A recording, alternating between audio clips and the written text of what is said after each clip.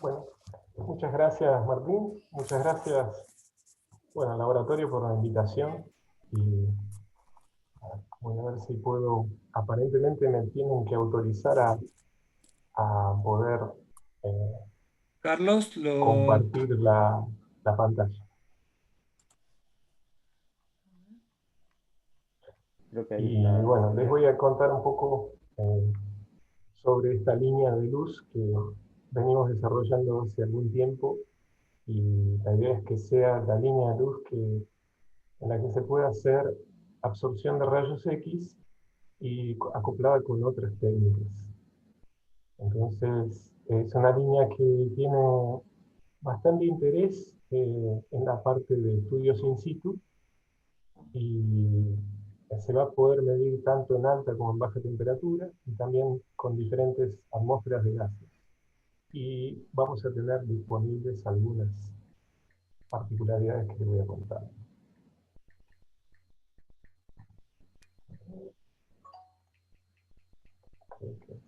Ahí estás mostrando tu pantalla, Carlos, me parece. Ahí les pedí que me permita compartir. hacelo anfitrión a Te Santiago. voy a hacer anfitrión, Santiago, discúlpame Ok, me pongo nervioso con estas cosas y oh, tranquilo. eres operador a partir de ahora, ¿ok? Ok. Y ya está, me borro del sonido también. A ver.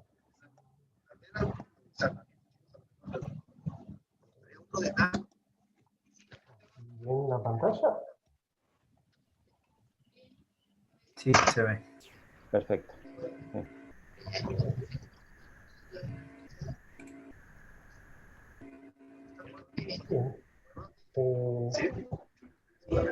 Bueno. Entonces, como les contaba, hay Les un pido por micrófono que favor está... que apaguen sus micrófonos a la gente que está. Soy Nacho. ¿Para Cuántica 2 se usa el mismo libro o se usa otro? Bueno, caramba, tenemos alguna interferencia por aquí. Estos son los problemas del Zoom. No sé si es posible deshabilitar todos los micrófonos. Carlos, vos como Carlos o Estás, Santiago puedes deshabilitar todo, deshabilitar todos. estás como anfitrión, Santiago. Ah, sí, ok.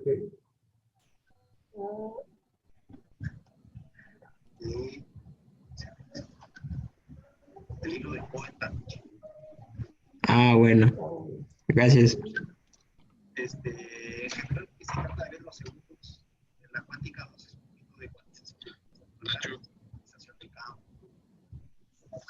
Apaga tu micrófono de la otra reunión en la que estás, porque Ah, viendo la de la otra universidad.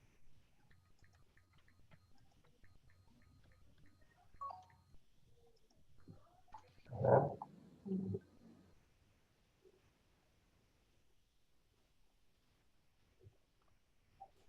Ahora aparentemente... Parece que ya podemos.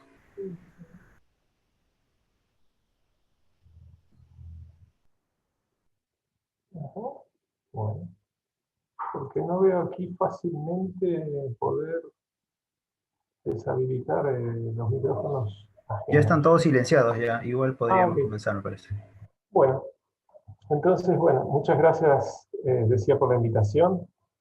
Yo soy Santiago Figueroa, entonces vamos a hablar un poco de esta línea Cuatí, que es una línea entonces en la cual se va a poder hacer eh, absorción de rayos X de una forma rápida para dedicarse a experimentos con resolución temporal. Entonces, a ver aquí.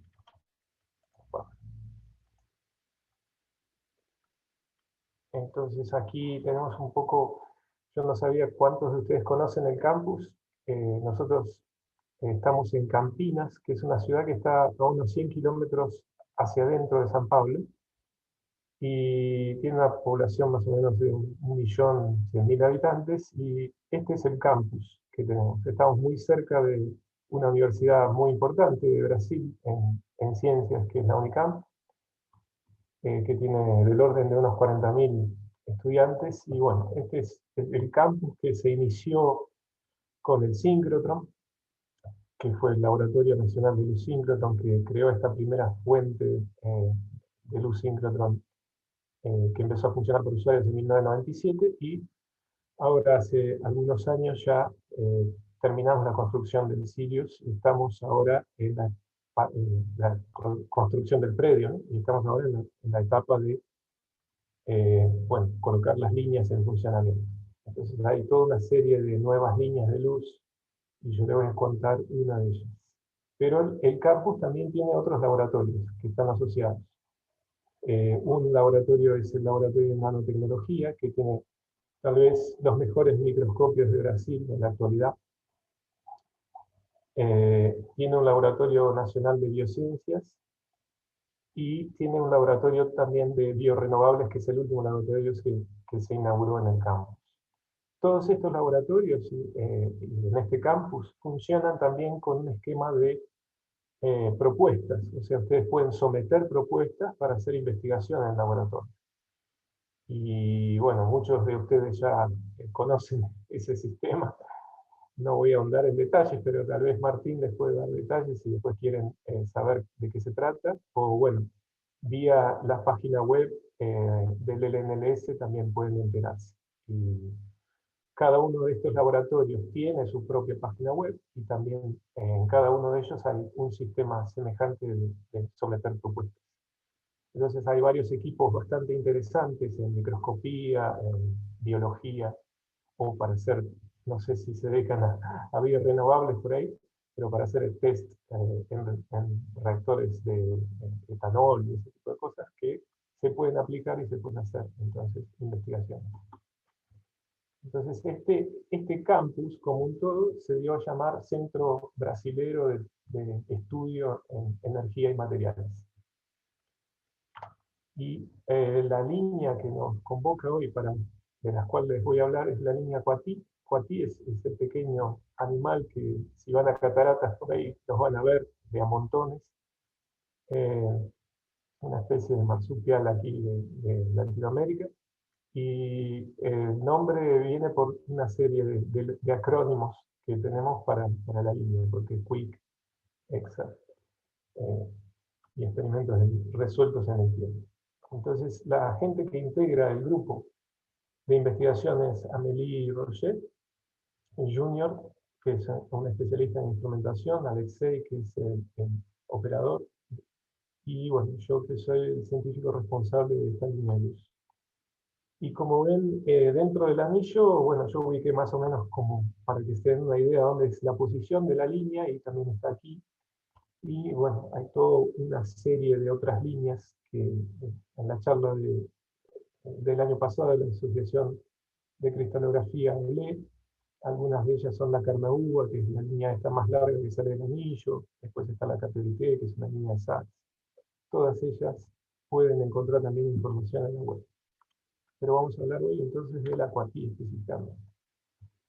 ¿Y cuál es la motivación de tener una línea para experimentos resueltos en el tiempo? Bueno, nosotros tenemos una serie de usuarios, de entre los cuales 84% son brasileños y 16% son extranjeros. Argentina tal vez es la comunidad más importante, ¿no? Yo vengo de ahí, así que conozco bastante esa comunidad. Y estos usuarios, la mayor parte de ellos hace uso de absorción de rayos X haciendo estudios in situ, de diferentes maneras. Algunos hacen estudios en el tránsito de catalizadores, hacen electroquímica, hay gente que hace estudios de materia condensada, pero en temperatura. Entonces, todos ellos tienen de alguna forma interés en tener, digamos, una estación experimental en la cual uno pueda observar el entorno local y además hacer un experimento que les permita obtener una información del estado electrónico de la muestra.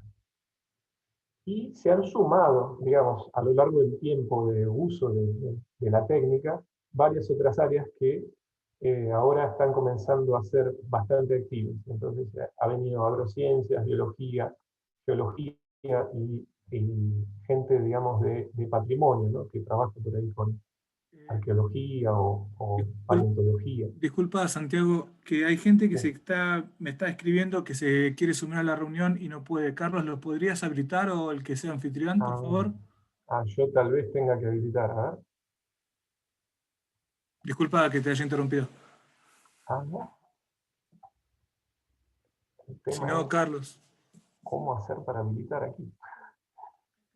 O haceme anfitrión y yo me encargo de dar las entradas. Creo que puse que admitía a todos, a ver. Ahí está. Bueno. Haceme anfitrión así no te interrumpo más. Disculpa de nuevo. A ver cómo hago eso. No se puede hacer. Está bien, listo. Okay. Estoy aquí. Gracias. No hay Listo. problema. Disculpa, Entonces, Santiago. como les decía, tenemos una gran comunidad. Esa comunidad en la mayor parte hace estudios in situ. Entonces pensamos que era muy importante tener una línea dedicada a estudios in situ. Y de ahí surgió un poco la motivación científica de la acuática, ¿no? Entonces, el objetivo un poco es poder combinar diferentes técnicas para poder estudiar de una manera un poco más completa un sistema físico mediante estudios in situ. Entonces nosotros tenemos el core de la línea, va a ser la técnica de absorción de rayos X, en donde uno puede ver entonces entorno local, puede ver estados de oxidación, puede tener información de la estructura electrónica de la muestra, todo eso con absorción de rayos X, en una escala que va en un rango hasta el Armstrong, vamos a decir, o unos pocos Armstrong. Hay otra técnica que está bastante asociada con la técnica de absorción, que es la técnica de emisión de rayos X, que ahora empieza a hacerse, digamos, una técnica importante para la gente que trabaja ya con absorción, en donde uno puede también tener informaciones de alta resolución en los espectros de absorción de rayos X, o puede ver el estado de spin, o puede observar también estados de oxidación, y también puede, una cosa bien interesante para la gente que trabaja tal vez con elementos livianos, es observar, digamos, el entorno local de un elemento liviano utilizando rayos X de alta energía. Eso se puede conseguir a través de la técnica que se llama Raman de rayos X. Entonces, todas estas técnicas sumadas a otras técnicas que queremos acoplar, como por ejemplo difracción para tener las fases bulk de una muestra. A veces uno estudia un catalizador y quiere entender, digamos, qué le está pasando al soporte o ver qué le está pasando al catalizador. Y difracción es una técnica fundamental para ese tipo de entender, digamos, lo que ocurre en bulk. A veces uno está muy interesado en lo que ocurre cuando hay una interacción, vamos a decir, entre el gas y el catalizador. Entonces hay unas, digamos, lo que está ocurriendo en superficie es un fenómeno de interés o es importante, o para la gente que estudia electroquímica está muy interesado en ver qué está pasando ahí, o tengo interés entonces en ver algunos pequeños cristalitos y eso Raman nos permite hacerlo. Y también cuando Raman no puede ver, infrarrojo nos permite, porque son técnicas que trabajan en forma complementar, por cómo son la muestra. Entonces, también pensamos tener infrarrojo, y cuando uno quiere hacer estudios en donde uno quiere medir en condiciones de operación, por ejemplo, catalizadores, o quiere ver las tasas de reacción en un catalizador, o quiere entender un sensor, cómo está trabajando, a veces uno necesita otras técnicas a la salida del reactor. Entonces uno agarra los gases que salen del reactor y los puede pasar por un espectrómetro de masas, se los puede pasar por un cromatógrafo, y de esa manera poder medir en condiciones operando, por ejemplo. Entonces todas estas cosas juntas nos permiten caracterizar mejor sistemas que son complejos. Y eso es lo que ocurre cuando uno trabaja con sistemas complejos como catalizadores o sistemas electroquímicos, en donde uno tiene diferentes secciones de la muestra, vamos a decir, que trabajan en forma diferente. A veces el bulk no trabaja igual que la superficie, y uno quiere entender fenómenos que están asociados. Y quiere ver qué ocurre en el mismo momento, en las mismas condiciones, porque si uno cambia las condiciones de la muestra, entonces ya las cosas no es igual. Digamos, no es lo mismo medir con un reactor en un lugar que después cambiar el reactor y medir de otra manera. Entonces, la idea es poder hacer ese tipo de caracterización en forma simultánea o casi simultánea, cuando sea posible, sondar el mismo volumen de muestra y poder entonces suplir esos gaps que a veces nos quedan de conocimiento de una estructura compleja a través de atacarla con varias técnicas al mismo tiempo. Entonces ese es un poco el objetivo de esta línea. ¿Qué vamos a medir? Bueno, vamos a medir en un rango que va de 4,5 hasta 35 Kelvin. Y entonces con eso vamos estoy tratando de invitar ahí. De 4,5 a 35 Kelvin, entonces vamos a poder sondar desde el titanio en el borde K hasta el xenonio y después en el borde L el resto de la tabla periódica, haciendo SAP convencional, o sea, SAMS y EXA, haciendo Quick EXA en orden de subsegundos para medir 1500 electronvolt, o más rápido si medimos un rango menor. Entonces vamos a tener un haz que va a ser bien focalizado, o sea, va a un spot bien pequeño, de 10 por 15 micrones sobre la muestra, y vamos a poder combinar técnicas. Entonces vamos a poder combinar SAP con difracción, SAP con Raman, SAP con infrarrojo, y aparte hacer la batería de técnicas que tienen que ver con espectroscopías de emisión. Entonces aquí es donde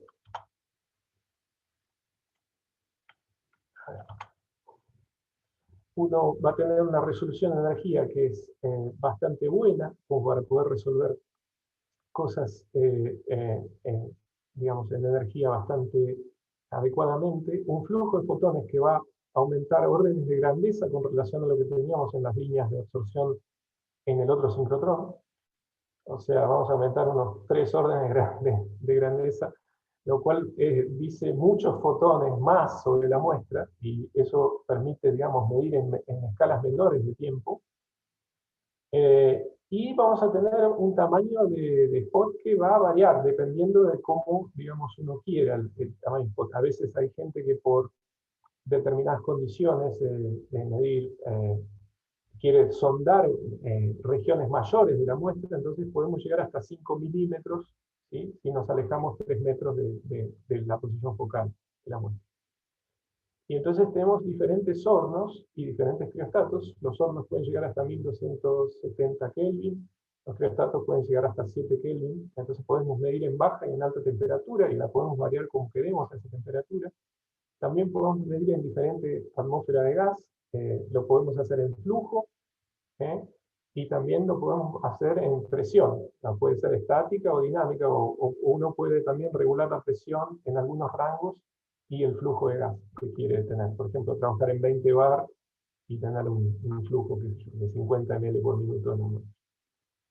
Entonces, para muchas cosas de catálisis, para muchas cosas, estudios in situ, por ejemplo, de hidrogenación, o para gente que estudia almacenamiento de hidrógeno, todo ese tipo de cosas se van a poder hacer en la línea, y también se va a poder variar la temperatura. Entonces uno puede hacer una batería de estudios completos in situ. También vamos a tener, para la gente que trabaja en electroquímica, potenciostatos. Vamos a tener, para la gente que trabaja en catálisis homogénea, stop flow. Y hay diferentes celdas electroquímicas en las cuales uno puede, de alguna manera, entonces, hacer uso de ellas. Algunas las hemos desarrollado en la línea.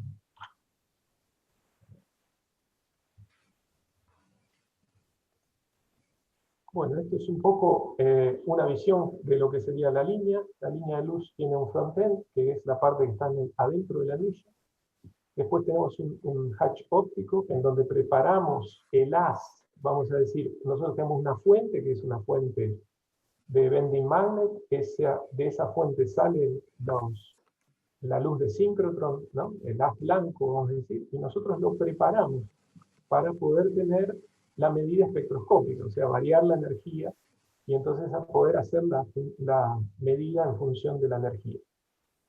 Entonces, para eso tenemos un monocromador y una óptica, que ya les voy a contar. Y después en el hatch experimental, o sea, ahí es donde tenemos la estación experimental con los diferentes tipos de experimentos que les venía contando que podemos hacer, y al final tenemos una sala de control, ¿no? Entonces, un poco para que tengan una idea, el hatch óptico tiene esa fuente, vamos a decir que es un superven de 3.2 Tesla, tiene una energía crítica de 19.5 Hz. A 15 metros de esa fuente tenemos el primer elemento óptico, que es un espejo cilíndrico que sirve para colimar el haz. Entonces, tener un haz colimado verticalmente. Después tenemos el monocromador, ¿sí?, que está a 24 metros y tiene dos cristales, un silicio 111 y uno 311 para diferentes fases de energía, para cubrir, digamos, toda la fase de energía. O, eventualmente, si uno quiere una resolución de energía un poco mayor, puede trabajar con uno con otro. Y a seguir tenemos un espejo toroidal que focaliza ese haz, ¿no? Para llegar a tener el tamaño de spot que les contaba yo, bien pequeño, de 10 por 15 micrones. Entonces, el layout óptico nos asegura entonces la magnificación, y tenemos, cada uno de estos elementos tiene diferentes sprites.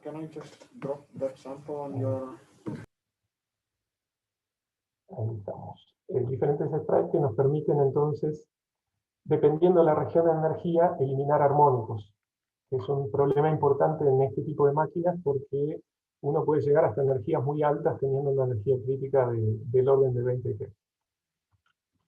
Entonces, más o menos este es una visión, digamos, de los elementos ya montados. Aquí pueden ver las diferentes partes a las diferentes distancias. Aquí ven el primer espejo a 15 metros, el monocromador a 24, el segundo espejo a 30, y la posición focal aquí en el hatch experimental a 45. Bueno, los espejos van a ser comprados, no los desarrollamos en el laboratorio. Hacemos bastantes cosas, pero algunas no, algunas decidimos comprarlos porque hay empresas que se dedican a eso y la hacen mucho mejor. Y particularmente estos los compramos de una empresa francesa que es la Thales SO, y tiene una calidad, digamos, óptica que es deseable, y en cierto sentido son espejos que son muy parecidos a los de una línea de luz que ya existía, porque vamos a usar los mismos soportes, pero con una superficie óptica diferente. Entonces vamos a mejorar y atender las condiciones que ahora tenemos en esta nueva máquina en sí.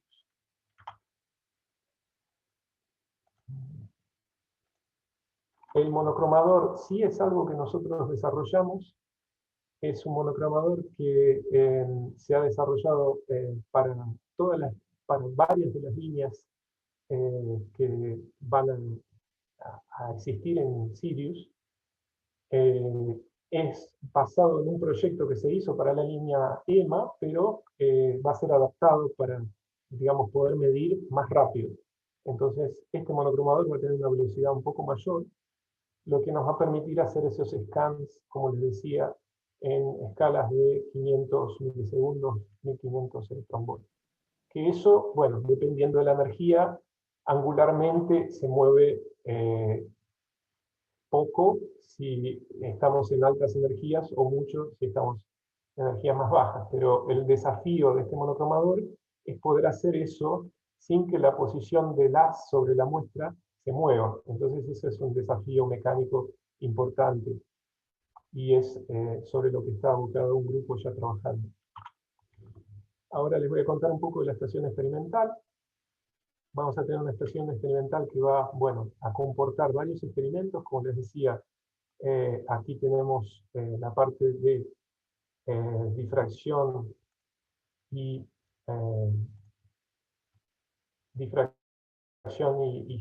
el espectrómetro de emisión, ¿sí?, que va a ser basado en algo que ya ha sido comisionado en la línea XDS, que es que comisionó Federico Lima, el espectrómetro de emisión, solo que con un detector diferente que les voy a contar de qué se trata.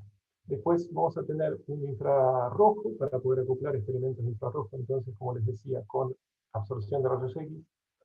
Vamos a tener también la posibilidad de tener los experimentos convencionales, ¿no? De transmisión o fluorescencia, que también se pueden hacer simultáneamente con Raman y otras cosas.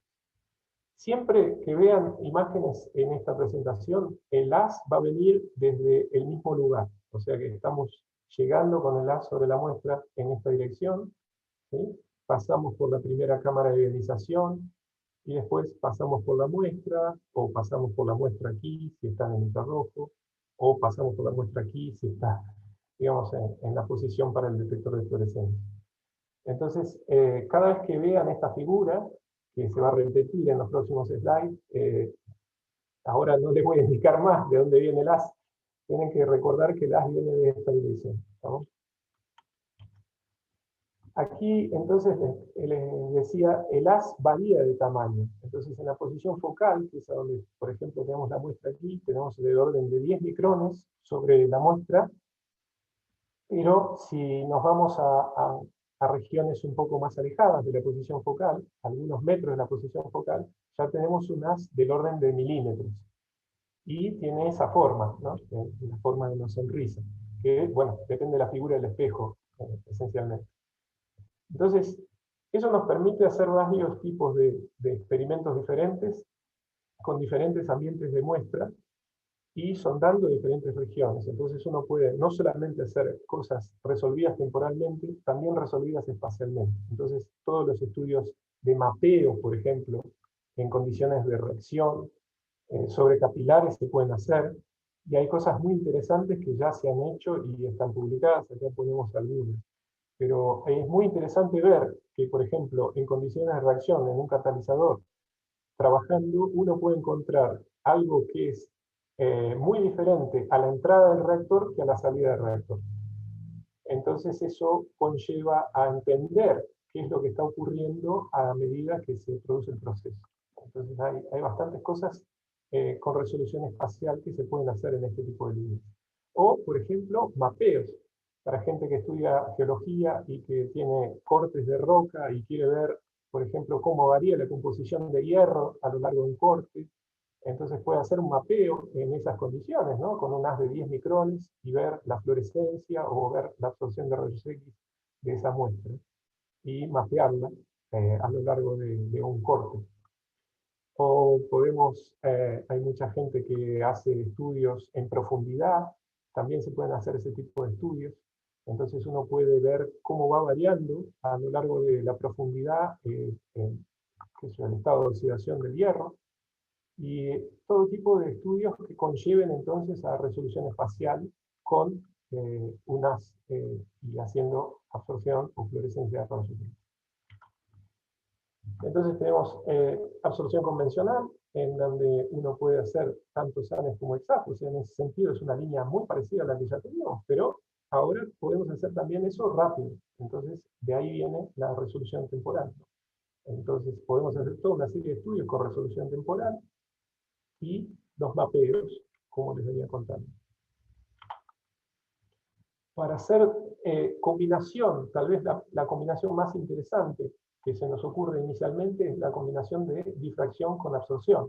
Entonces uno para eso va a usar un detector que fue desarrollado por una colaboración que existe con el CERN en estos módulos que se llaman MEDIPICS, y fue desarrollado en esa colaboración un detector que se llama PyMega 45D, que nos permite entonces tanto trabajar con él para hacer difracción, combinada con absorción por transmisión, por ejemplo, como es el caso aquí, el haz vendría para acá, pega en la muestra, difracta, y uno puede colectar algunas líneas de difracción con el detector que está atrás, pero el haz transmitido vuelve a pasar y pasa por las otras cámaras de ionización, y nos permite entonces también medir la absorción, o sea, el entorno local, con esta técnica simultánea a la medida por difracción. En caso de que la muestra, en la energía que uno seleccionó, no permita, digamos, medir la difracción, uno puede rápidamente con este monocromador, variar la energía y entonces colectar la difracción a la energía que sea necesaria para atravesar la muestra.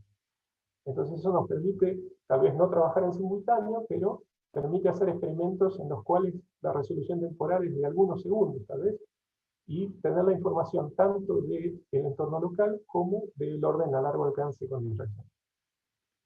Y este mismo detector también puede ser usado para emisión de rayos X. Otra combinación posible es combinar absorción de rayos X con Raman. Entonces, para identificar especies, por ejemplo, Amélie ya ha hecho durante su postdoc un estudio que ha sido publicado sobre monitorar in situ, ¿no? Con QuickXAFS y Raman la sulfurización de una muestra, ¿no? De un catalizador, y lo puede seguir entonces a ese proceso en función no solo de la temperatura, sino observar qué está ocurriendo en superficie, ¿no? Con especies de forma de superficie. Entonces, para eso pensamos tal vez adquirir un espectrómetro como este multi-RAM de Drucker, o algo equivalente que nos permita entonces llevar, digamos, la señal de Raman a través de una fibra óptica y focalizarla con este detector sobre la muestra. Entonces, tener la medida, aquí tienen la visión, el haz vendría por acá, tienen la visión al contrario de la línea, pero la idea es poder entonces hacer esos experimentos en simultáneo. Otras combinaciones posibles es combinar Raman también con absorción y difracción, y eso también se puede hacer.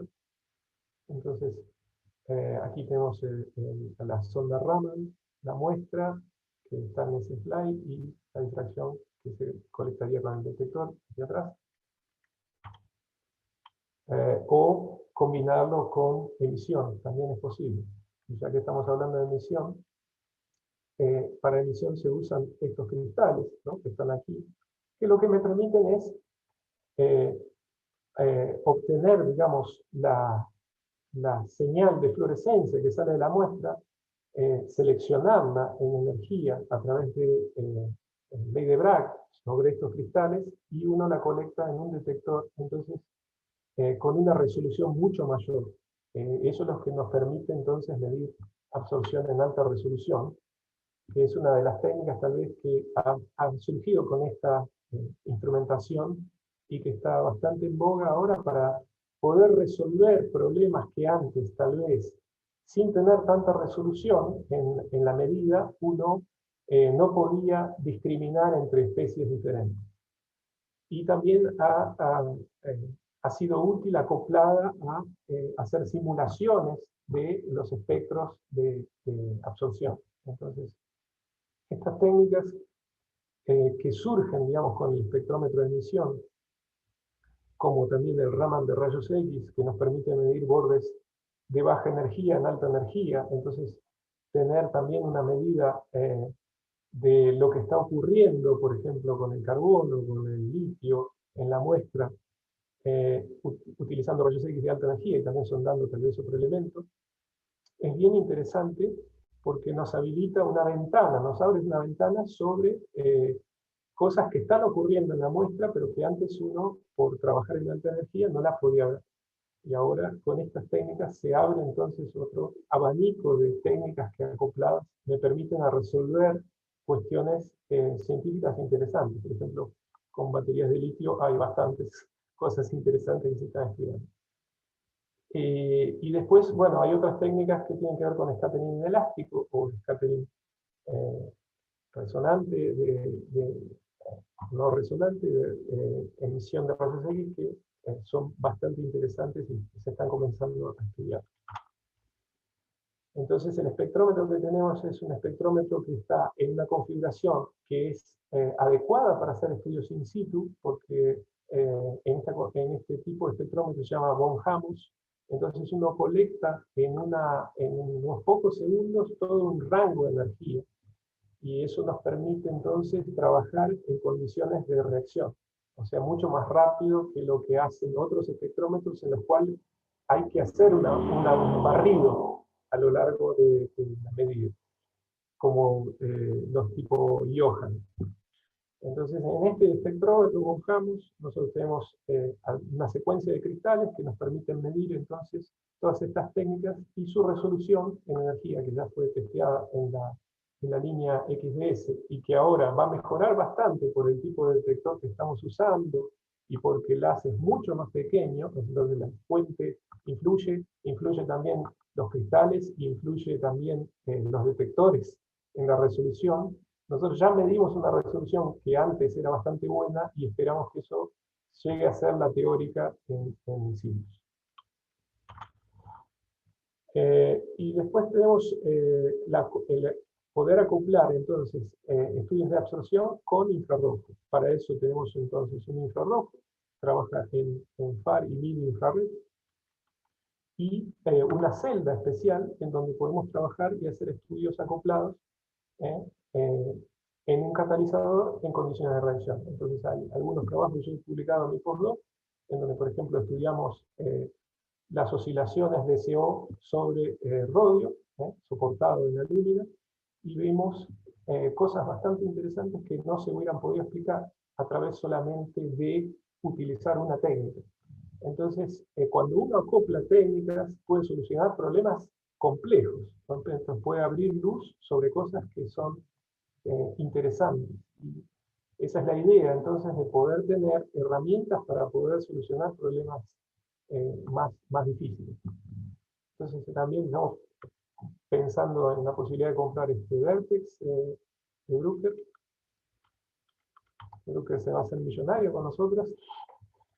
Otras posibilidades que estamos viendo también, debido a COVID y debido también a poder aprovechar el hecho de que ahora medimos mucho más rápido, es la posibilidad de que se puedan mandar muestras y hacer medidas remotas. Entonces, que se pueda trabajar en condiciones de operación medio automatizada para algún tipo de muestras. Entonces, hay gente que trabaja mucho en suelos y que quiere analizar, por ejemplo, el efecto de ponerle diferentes aditivos al suelo y ver cómo eso cambia, digamos, el hierro, el estado de oxidación del hierro. Entonces, uno puede hacer ese tipo de estudios, puede hacer 300 pastillas y medirlas en pocos minutos, en pocas horas, utilizando esta línea, y eventualmente se podrían mandar, ¿no? Se podrían mandar por correo y nosotros hacer las medidas, o habilitar, digamos, una medida remota, una sesión remota para que él pueda controlar las medidas, el usuario pueda controlar las medidas remotamente. En algo de eso venimos trabajando. Y también otro problema que es que como medimos mucho y muy rápido, entonces tenemos muchos datos y empieza a ser un problema tratar datos. Y para eso también sirve poder evaluar si los datos que uno obtuvo tienen o no sentido. O sea, si uno tiene o no que volver a repetir el experimento, o si el experimento ya con los datos que uno tiene, uno puede ya sacar conclusiones. Entonces es bueno tener herramientas para poder hacer tratamiento de datos rápidamente, y a eso nos estamos abocando. Entonces vamos a tener algunas herramientas que ya están desarrolladas, como softwares como comerciales, como Large o Presto Pronto, o algunas herramientas para hacer análisis de PCA, Multivariate Curve Resolution. Entonces, que nos permiten analizar por ejemplo, cuántas componentes uno tiene en un proceso in situ, y discriminar esas componentes a través de procedimientos matemáticos. Entonces uno trabaja los espectros como si fueran columnas de datos de una matriz, y uno puede trabajar con esa matriz diagonalizándola, y de esa manera, digamos, tener una información de con cuántos espectros, salvo el ruido, uno puede reproducir todo ese conjunto de datos. Y también estamos trabajando en una plataforma que nos permita tener un logbook automático, o sea, que uno, digamos, opere la línea desde una consola, y eso ya sea todo lo que uno hizo en la línea, que uno no lo tenga que anotar. La anotación es la medida. Entonces, estamos trabajando con el Jupyter Notebook, para poder hacer eso y poder tratar los datos dentro del Jupyter Notebook y que quede todo de alguna manera ya fácil para el usuario. Cuando se lo lleva a casa se puede llevar ese notebook viene con los datos que trató, viene con las cosas que hizo, entonces viene con la hora, la fecha, que a veces uno está viniendo a las 2, 3 de la mañana y es un poco difícil de acordarse de qué es lo que hizo. Así que todo eso va a quedar en un logbook cuando uno hace la medida, y de esa manera es más fácil llevárselo a casa, más fácil acordarse y más fácil tener un registro. También para nosotros, para resolver problemas de la línea. Entonces, ¿cuáles, digamos así, las fechas, ¿no? ¿Qué es lo que uno espera para esta línea, para Quartil? Bueno, esperamos que estemos, digamos, terminando lo que serían el hatch óptico, el hatch experimental y la sala de control en mayo de 2021, la construcción, ¿no? Física, vamos a decir. Que estemos instalando el primer espejo y el segundo espejo alrededor de julio, entre julio y septiembre de 2021. Estemos instalando el monocromador alrededor de octubre de 2021 y ya a partir de ahí, entonces, podamos terminar con el hatch experimental hasta noviembre y empezar el comisionamiento técnico entre octubre y diciembre de 2021. Y ahí a partir de ahí vamos a tener un conjunto de meses en los cuales vamos a hacer un comisionamiento científico, o sea, vamos a testear los diferentes tipos de experimentos que pretendemos, que les conté, que pretendemos hacer, y abrir para usuarios en el segundo semestre de 2022. Ese es un poco lo que estamos pensando. Bueno, eso es más o menos lo que les quería contar. Espero que les haya gustado y agradezco a Federico que hizo la implementación inicial de JES que estamos usando aquí. ¿Tienen preguntas? Sí. ¿Preguntas?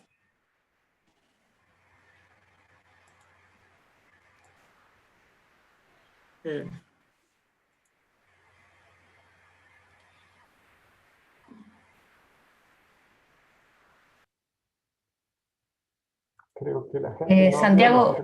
una pregunta, Santiago. En esta modalidad bueno, relacionado con esto que contabas del tratamiento de los datos, en la misma, ¿cuál va a ser la posibilidad de acceder a ese software desde a distancia, ¿no? O sea, con esta idea de que también se puede llegar a combinar con poder enviar muestras en ese modo. ¿Cómo lo están pensando eso? Los software que comenté son casi todos libres. Sí, el Presto Pronto y todos esos sí, los que ya venimos, sí, los que se vienen usando. Jupyter también, ¿eh? El Jupyter Notebook lo podés bajar y no es algo, digamos, comercial. De hecho, estamos tratando en la medida de lo posible de trabajar con cosas que sean software libre. Bien. Y bueno, tal vez para eso estamos contratando a una persona para trabajar en esto, principalmente en la parte de programación para estas interfaces, porque va a ser muy necesario tener eso aceitado para que se pueda, principalmente cuando hay un volumen de datos grande, tener resultados rápidos, ¿no? Eso es lo más desafiador cuando uno quiere saber si las cosas funcionaron o no funcionaron, no tiene que volver a repetir el experimento. Pero sí, todas las cosas que estamos pensando en cuanto a software son libres y se pueden bajar gratis de internet. Entonces, eso facilita bastante. Y esto que contabas del desktop, que están generando ese Jupyter Notebook, si uno llega a poder enviar muestras para usar ese maravilloso mundo que nos acabas de presentar, digamos, ¿hay posibilidades de que uno remotamente pueda acceder también en el momento que se están midiendo o ese tipo de cosas, o van a tener limitaciones en eso? No, se puede. De hecho, por ejemplo, yo ya he testeado el Jupyter Notebook para hacer medidas vía él y es súper tranquilo. Digamos, hay que conocer los comandos, ¿no? Tal vez eso es lo que es un poco...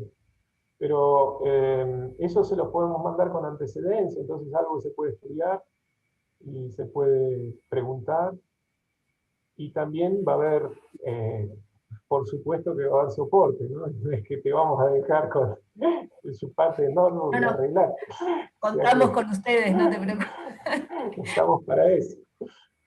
Bueno, muchísimas gracias, muy bueno, la verdad excelente y felicitaciones. Bueno, gracias. Esperamos tenerlos de usuarios a todos ustedes. Tiago, Sí. noches desde Barcelona. Oye, me ha parecido un montaje bestial, ¿no? Cuando esto funcione, las posibilidades son enormes, ¿no? Yo quería preguntarte, cuando trabajáis en absorción de rayos X, ¿qué tipo de detector usáis?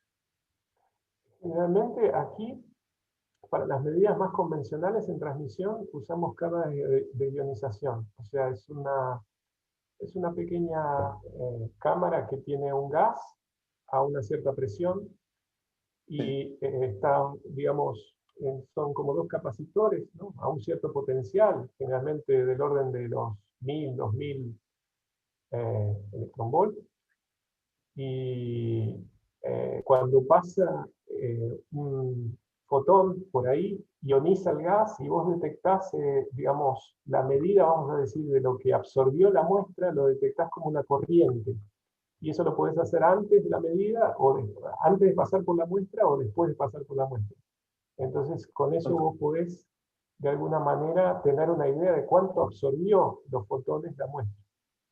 Y en Ahora, el caso que alguien quisiera hacer una medida, digamos, in situ o inoperando mejor, de una muestra en absorción de rayos X con un campo eléctrico aplicado, la presencia de un campo eléctrico conectado a la muestra, ¿cómo afecta a la respuesta del detector? ¿Va a ser sensible o va a afectar a la respuesta del detector? ¿Va a haber algún tipo de interferencia? ¿Tú qué crees? Bueno, interferencia depende de cómo... Electrostática, claro, la interferencia eléctrica. Generalmente uno trata de que las muestras estén aterradas, ¿no? Pero si el campo es muy intenso, depende del tamaño de la muestra y la extensión de ese campo. Pero me parece No, pero me parece que Joseph estás hablando sobre el detector. Sí, yo me pregunto cómo, si hay alguna, o sea, si aplicas un campo eléctrico en la muestra, si esto va a afectar la medida del contagio de fotones que vas a tener después, digamos. Mirá, yo sé que se han hecho, por ejemplo, medidas de resistividad, ¿no? Acopladas. De hecho, la hemos hecho con gente de aquí, de Bariloche, con Federico Napolitano. Y en principio, digamos, si no son cosas muy intensas, me parece que es posible realizar la medida simultánea. El problema puede ser la intensidad del campo y cuánto se extienda, ¿no? la medida. Porque pensá que estamos viendo, estas medidas son bastante rápidas ahora. Antes tal vez era un problema un poco más grave, ¿no? Porque uno se demoraba más en hacer las medidas. Yo te diría que antiguamente un espectro de absorción de rayos X demoraba 30 minutos, 20 minutos. Ahora estamos hablando de escalas de segundos, de subsegundos, ¿no? Vale, de acuerdo, gracias. Pero sí se pueden acoplar, en principio, dependiendo de las intensidades y de los campos. De acuerdo, gracias. Bueno, te hago una consulta, Santiago. El monocromador, por lo que dijiste, va a ser similar al de la XDS. ¿Van a incluir un venting también o no? Porque ahí el venting mete ruido. A ver. Un bending en el sentido de si apretás el... Eso es difracción. No vamos a incluir, no va a haber un cristal que se curve. Está bien. Si a eso te referís. Entonces la medida de difracción... El segundo cristal es plano, son los dos cristales planos. Porque si no las de difracción se corren. Eh, Y la segunda consulta es, en el caso de emisión de rayos X, cuando instrumentamos con Federico la XDS, sí. solo medíamos cobalto por la configuración de cómo eran los espejos. ¿Va a haber más Depende. de un set de espejos para medir distintos elementos o va a ser por ahora solo cobalto y los que están cercanos? Claro, en principio la idea es tener estos conjuntos de cristales que estoy mostrando aquí, 3 de cada uno, y eso te abarca del orden de, creo que podemos medir, todo depende porque en realidad hay que hacer cuentas, ¿no? Pero depende del ángulo con el que incide sobre el cristal y de la posición en la cual tenés, digamos, el ángulo de incidencia sobre el cristal y del tipo de cristal, ¿no? Del plano de reflexión. Entonces, creo que con este conjunto de cristales, uno puede, digamos, si comprásemos 6 cristales, podríamos abarcar todo el rango que estamos teniendo para la línea. Entonces, en una primera instancia, vamos a trabajar solamente con 3 cristales que creo que abarcaría desde el hierro hasta germanio. Entonces abarcamos varios de los elementos 3D de interés en catálisis. Y posteriormente la idea es terminar de comprar el conjunto, digamos, de 6 cristales diferentes y también ampliar el área efectiva, que eso aumentaría bastante también el tiempo de colecta. Porque hasta aquí lo que les estoy mostrando son 3 cristales en conjunto. Pero uno puede llegar a poner muchos más, puede poner hasta 9, ¿no? Siempre que estén en el círculo de Rubin.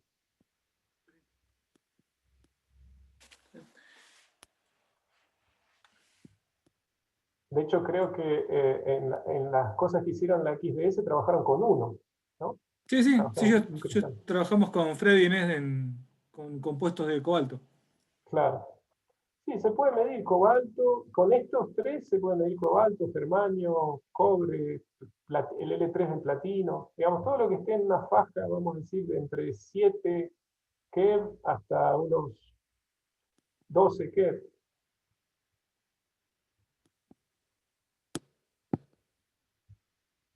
Pero sí, depende del conjunto de cristales que tengas y depende digamos, de los ángulos, ¿no? Porque uno mide, como se está mostrando aquí, variando el ángulo de incidencia dependiendo de la posición del cristal con relación al detector. Como para que se den una idea, el detector está por encima de la muestra aquí, y uno lo que hace es variar el ángulo subiendo hacia arriba el detector y acercando el cristal, para mantenerse a la misma distancia, vamos a decir, en el círculo de Rubin. Gracias. ¿Alguna otra consulta para Santiago?